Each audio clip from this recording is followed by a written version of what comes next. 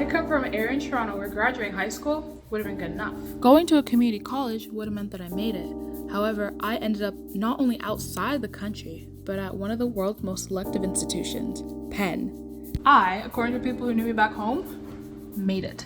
The girl from Rexdale who didn't get caught up in the area. At my high school, we used to have the police in the school just in case. Lockdowns were a regular occurrence. I was the second mom to my 3 siblings and a mediator to my parents. Sometimes there'd be no food in the cupboard, so we'd get Chef Boyarde or bacon from Dollarama. There'd be times when the hot water was cut off and we would heat the water to a bucket bath. When the Wi-Fi was cut, McDonalds or libraries became my second home. We almost lost our home a couple of times, even as we rented our basement to make ends meet. We used to have Division 23 on speed dial due to how often they would come to the house. Despite this, coming to Penn has been one of the more mentally taxing things I've done, and it's not entirely Penn's fault. When I first started applying to universities in America, I learned that I'll be classified as FIGLY, first generation, low income. I didn't think much about it. At the time, it was just a label that described my current position. I didn't think it would have any impact on anything important. I was quite naive at 16. The academic culture shock hit me during my first biology class at Penn. The professor casually mentioned concepts we should have encountered in high school. Many of my classmates had taken advanced biology, while I'd never heard of AP Bio. From day one, I fell behind. There's a certain level of emotional disconnect that you need to have in order to do well back in high school. You know, if something happened at home, you couldn't go to school and start worrying about it because then CPS might be called, right? During the pandemic, it doesn't matter if you're tired. You need to be able to wake up at 4 a.m. in order to help your dad do Uber Eats deliveries, right? It doesn't matter that there's something happening with the tenants, right? You still gotta go up and get to school. When I was back home in Rexdale, I never really truly got a break, right? So either track, something at home, something at school. And then I came to Penn and I didn't have to deal with that anymore. It was strange. Strange in a sense of like, I realized a lot of what was happening was not normal. And I was processing that along with now this added stress of school environment with Penn and everything like that. You know how Penn can be. I didn't know how to deal with that. I didn't know how to deal with that like mentally and stuff like that. Mental health wasn't really a huge thing. Like that was not really a thing in my family. And I just did what I knew what to do.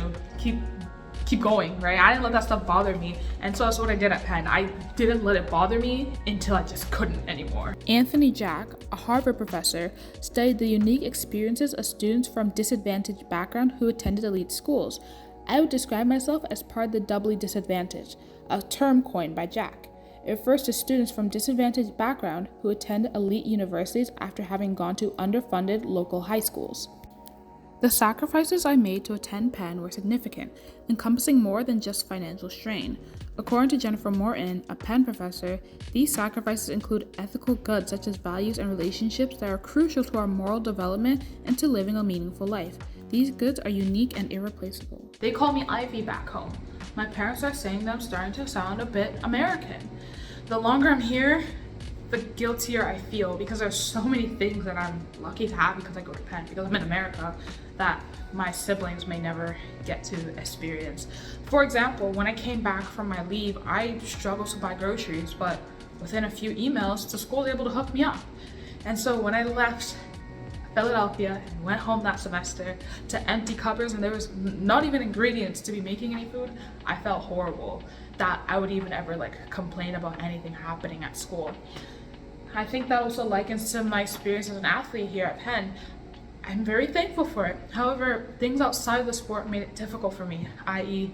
food. You know, they don't really give you food here as an athlete. And so trying to navigate how can I buy my groceries and, you know, be able to afford what I need to afford, because as an athlete, you're eating a bit more.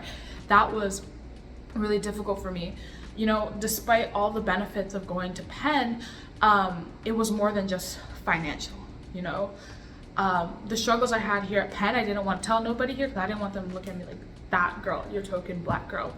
But at the same time, I couldn't tell people back home because it's like, why am I complaining, right?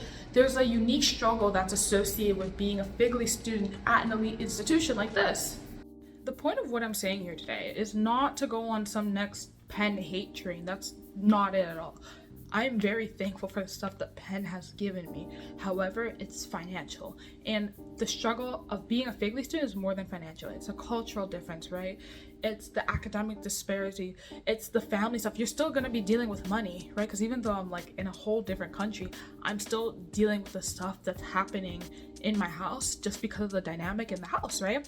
And I said initially it's not all Penn's fault. I'm not blaming Penn for this stuff, right? However, as Penn is trying to create a more student body, I do believe that the onus falls on Penn, that when they're getting kids from these environments, that they properly equip them, right?